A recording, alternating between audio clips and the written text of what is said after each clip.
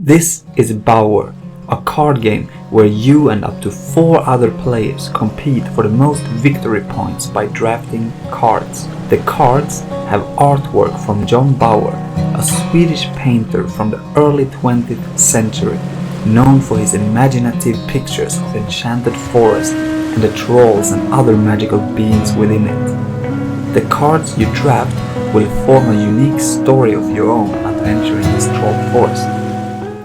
The game comes in a small box containing a deck of 55 cards, as well as a rulebook and a pad with score sheets. Bauer can be played by 2 to 5 players, and it takes around 15 minutes to finish a game. Everyone plays simultaneously, so there is no waiting around for the other players to take their turns. To set up a game of Bauer, you start by shuffling the deck and deal 12 cards face down in as many piles as there are players. If you have 5 players, instead deal 10 cards to each pile. Then place 1 pile in between each player. These are called the draw piles, and the pile to your right is your own draw pile. The remaining cards are placed in the middle of the table in reach of all players and is referred to as the middle deck. Now you can begin playing the first round, with each player drawing the top 3 cards of their draw pile. Look at the 3 cards you have drawn and choose one from among them that you want to play. Keep that card in your hand and put the remaining 2 on top of the next player's draw pile, which is the pile on your left. When everyone has chosen a card, you play your cards out in front of you onto the table. If the card has a light border and a sun symbol in the upper right corner, it is a day card and you play it face up. However, if it has a black border and a moon symbol, it is a night card and is instead played face down, only to be revealed at the end of the game.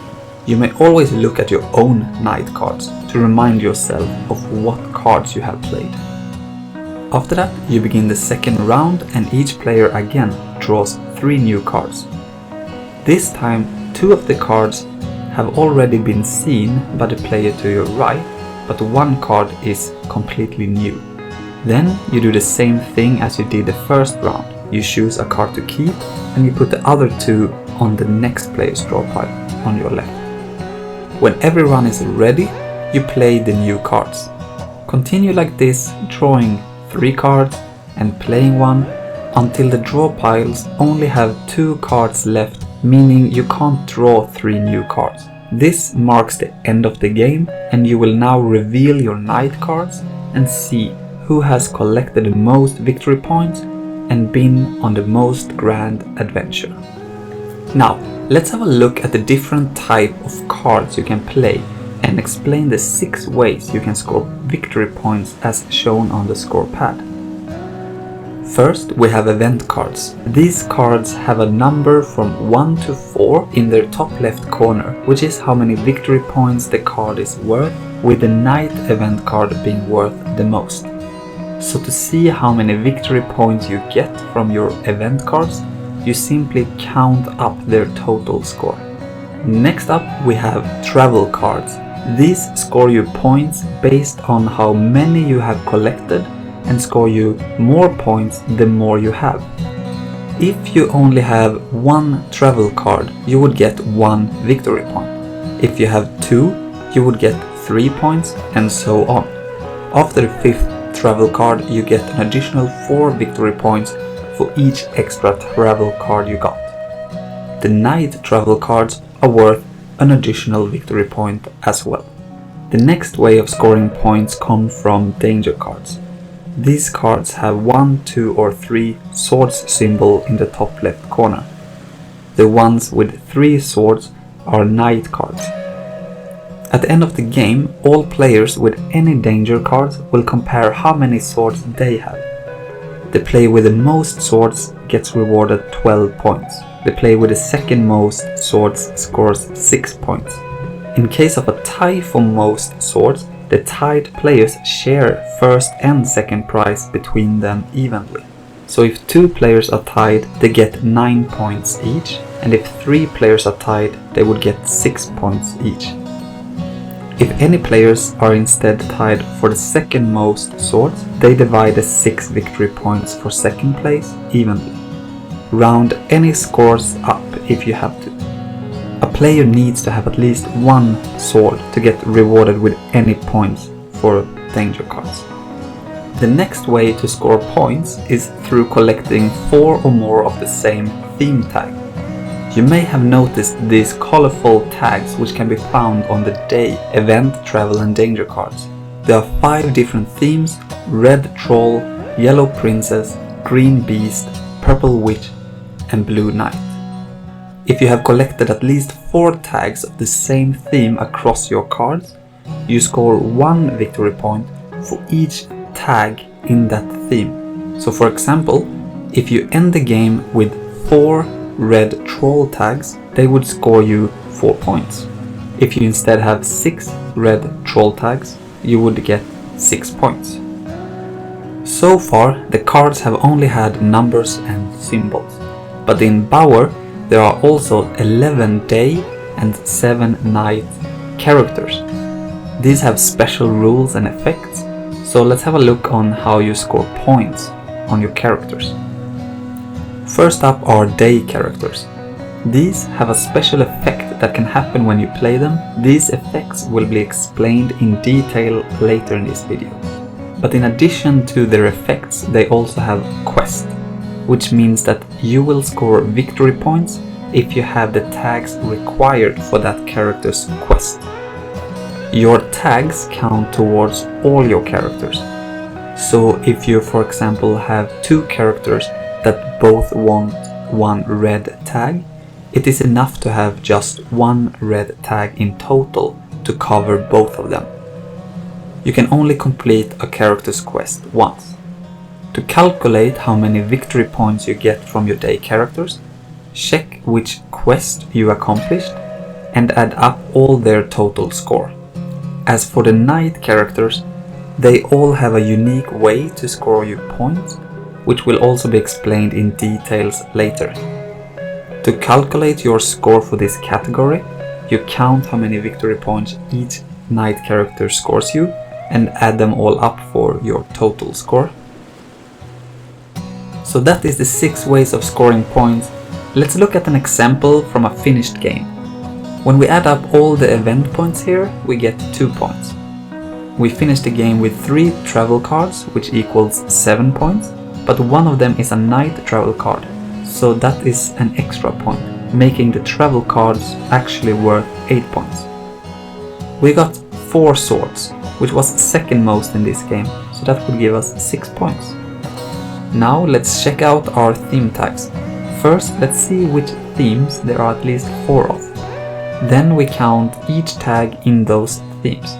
Here we get 4 yellow and 5 green, for a total of 9 theme tags. Then we move on to the day characters. Witch of Hulta Woods is missing a blue and a purple tag, but we did manage to complete Vill Vallerman, which gives us 4 points.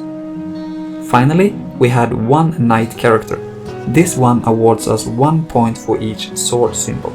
So since we have 4 swords, that means we also get 4 points. Now we just add everything together to get our total score, and in this case we ended up at 33 points. Now we can take a closer look at all the character cards. Some of the day characters have an immediate effect that happens when they are played, and others during the game or at the end of the game. If 2 or more characters with immediate effects are played at the same time, you resolve them in a specific order. In many cases though, the order doesn't really matter and you can generally do them in the order you prefer. But if needed, you determine their order by looking under the character's name where this little black dot is located. The one that has their dot more to the left resolves its effect first. First up is Oogle Google. When this card is played, all players shuffle the draw pile and then put it back down. Here we have Witch of Hulta Woods. When you play this card, you choose to move all draw piles 1 step to the left or right. Depending on what you choose, Each player then gives their draw pile to the player to their left or right and will continue drawing cards from this new pile they got instead. You don't have to choose to move the draw piles in any direction if you're happy with the way things already are. Next up is Brother Martin, which lets you play an extra card from the middle deck. You do this by looking at the top card to see if it's a night or day card, and then you play it. Remember that if it is a night card, you play it face down, which is why you want to look at it first. If the new card is a character card with an immediate effect, you resolve that card as well, before you move on to the next round. Our next character, Ole Niklasson, also lets you play an extra card, but now you get to look at the top 2 cards of the middle deck instead, and choose one of them to play. The card that you do not choose is discarded, which means that you place it face down at the bottom of the middle deck without revealing it to any other player. The final character that lets you play extra cards from the middle deck is called Daga. When you play Daga, you can discard another card you have played previously, putting it on the bottom of the deck face down, and if you do, you then play the top 2 cards from the middle deck at the same time. However, you may choose to not use Daga's effect when you play her. This might be the case if Daga is the first card you play, or if you don't have another card you want to discard. In the case you don't use her effect immediately, you now have the one-time option to discard any new card you would play, and instead play the top 2 cards of the deck. To do this, you choose a card to keep as you normally do each round, but before anyone plays their card, you declare that you want to use Daga's effect and discard the card you chose without showing it. Then play the 2 new cards from the middle deck along with the other players who play their cards as they choose. It is also possible to use Daga's effect when you play an extra card from, for example, Brother Martin. In that case, you would get to look at the card from Martin and then choose if you want to discard it using Daga and instead play the next 2 cards from the deck. Since you can only use Daga's effect one time, you can turn the card sideways after you have used it as an indicator for yourself.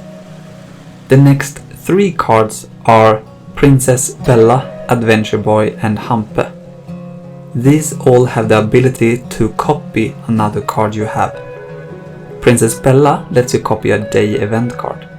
Adventure Boy lets you copy a day travel or a day danger card. Notice that you cannot choose to copy a night card with these 2 characters, even if they are of the correct type. Hampe, however, lets you copy any type of night card. When you play one of these characters, you can choose to copy another card you have played that is of the correct type. To show which card have been copied, you place your character overlapping the card it is copying. When a card is copied, you imagine that you have an extra card that is the exact same as the one you copied, meaning that you count all the victory points and tags twice, as well as the swords on danger cards, and if you have copied a travel card, you now have an extra card to include when counting points for your travel cards. If you copied a knight character with Hampe, you now have the knight award twice. However, as was the case with Daga, you may not be able to, or don't want to, use the copying effect when you play the character. In that case, you can wait and instead copy a card that you play later. If you choose to wait, you must now decide each time you play a new card of the right type if you want to copy that one or not. You cannot change which card you copy or wait until the end of the game to choose a card. This means you might end the game without copying anything. If you would play Daga and discard the card that was copied from Adventure Boy, Bella or Hampe, they are now free to copy any new card that you would play. That was all the characters with effects that happen when you play them. Now let's take a look at Will Vallerman, who, when you play, doesn't do anything. You may, however, pick him up later to play 2 cards from your hand. So, for example, After you have begun a new round and have 3 cards in hand, you may see 2 cards that you want to play. If you have played Will Vallerman in an earlier round, you can now pick him up from the table and put him into your hand. If you do this, make sure to tell other players so they know what is happening. Now you get to play 2 cards instead of 1 this round. So choose the 2 cards you wanted and put Will Vallerman along with the last card on the next player's draw pile like normal. You cannot choose to play Will Vallerman again when you use this effect. You can also use Will's effect when you have multiple cards in hand from, for example, Ole Niklasson. If you use Will's effect in this case, you will play both of them and then you will discard Will instead. Next character up is the Yule Goat. The Yule Goat lets you play an extra card, but not from the middle deck. Instead, you will take an extra round by yourself after the last round is done. So you draw the remaining 2 cards from your draw pile and you choose one to play and then you discard the other. The final day character is Sjovik Turgusson. Sjovik's effect allows you to complete his quest an additional time for each set of all theme tags you have. This basically means you can complete him any amount of times as long as you have the tags for it. Alright, so now we move on to the night characters. These characters do not score you points through quest, instead they all have a unique way to give you victory points. The first one up is Långläggsgutt, which is an all or nothing card. If you finish the game with the most night cards, you get 6 victory points. But if you are tied for most night cards, or you have fewer night cards than another player, you would get 0 points. Remember that Långläggsgutt counts itself as a night card, and that if you have copied a card with Hampe, that night card is counted twice. Next we have Wing Mother. She awards you 1 victory point for each theme tag in one theme of your choice. So when the game ends, you choose one theme, presumably the one you have the most tags in, and then you score 1 point for each tag of that theme. This works just like the theme tag bonus, except that you don't have to have at least 4 to get any points. Then we have the Silver Knight. He awards you points based on the number of cards you have of either event, travel or danger cards. Both day and night versions count. So you look at your cards and you choose the type that you have the most cards in, and then you get 1 point for each of those cards. And you make this choice at the end of the game. Next up is King Death. He scores you 1 point for each sword you have on your danger cards. Which means that if you finish the game with 5 swords, you would get 5 points.